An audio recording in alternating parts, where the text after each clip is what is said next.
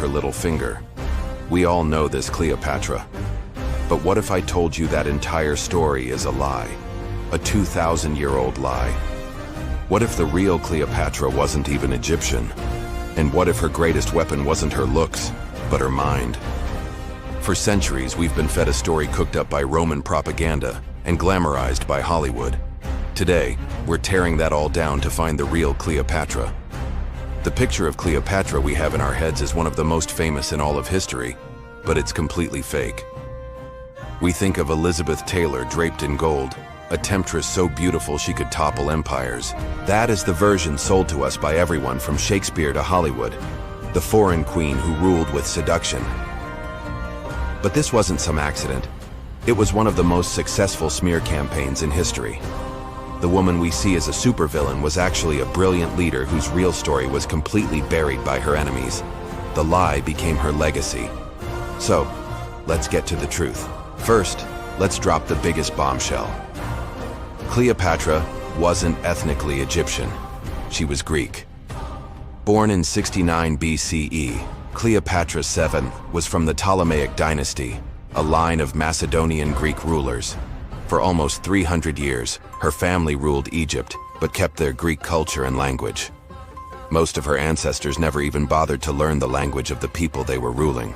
But Cleopatra was built different. She was the first Ptolemaic ruler to become fluent in the Egyptian language. And this wasn't just for fun. It was a genius political strategy. By speaking their language, she connected with her people in a way her family never had, earning their loyalty and proving she had the right to rule. She knew that to rule Egypt, she had to be Egyptian in spirit, even if not by blood. Her legendary relationships with Julius Caesar and Mark Antony weren't just love affairs. They were massive political and military power plays. When Cleopatra first met Caesar, she had just been kicked off her own throne. You've probably heard the story of her being smuggled to him rolled up in a carpet. But this isn't a story about seduction. This was a high-stakes gamble that put her face-to-face with the most powerful man in the world, so she could plead her case and win back her kingdom. This woman was a boss. She knew how to run an economy, build a navy, and crush rebellions. She was highly educated, spoke multiple languages, and was a master administrator who kept Egypt stable and prosperous, while Rome was tearing itself apart in civil wars. She wasn't just Mark Antony's lover.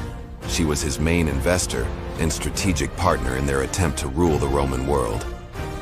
Cleopatra's most brilliant move was her mastery of branding. She knew power wasn't just something you have, it's something you perform.